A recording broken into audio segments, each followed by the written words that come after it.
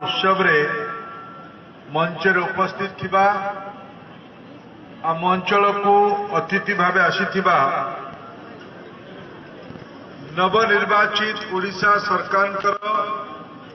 शिक्षा विभाग आठमल्लिक ब्लॉक आदर्श विद्यालय नुआ भवनर लोकार्पण मंत्री आदरणीय नित्यानंद गौंड महाशय। आदरणीय नित्यानंद गौंड केवल स्कूल शिक्षा विभाग मंत्री नुहंती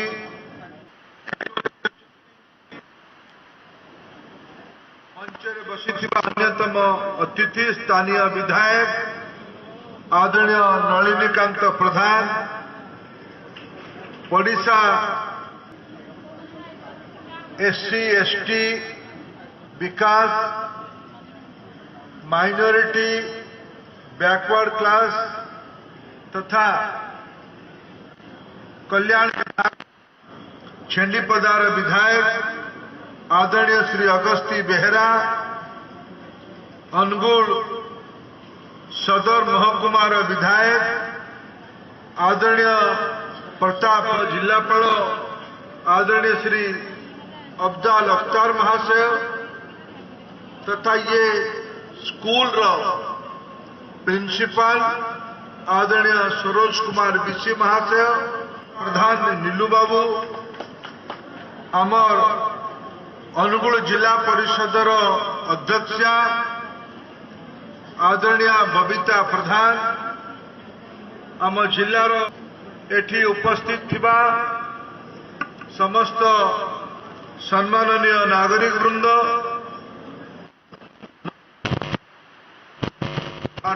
पूर्वतन विधायक आदरणीय रमेश साय महा युवक साथी माने सांबादिक बंधुगण मु सर्वप्रथमे आपण पाखरे कृतज्ञता ज्ञापन करुच्ची जे आपण आशीर्वाद रु एठी उपस्थित थिबा समस्त शिक्षाविदगण स्कूल छात्र छात्री पिला माने ये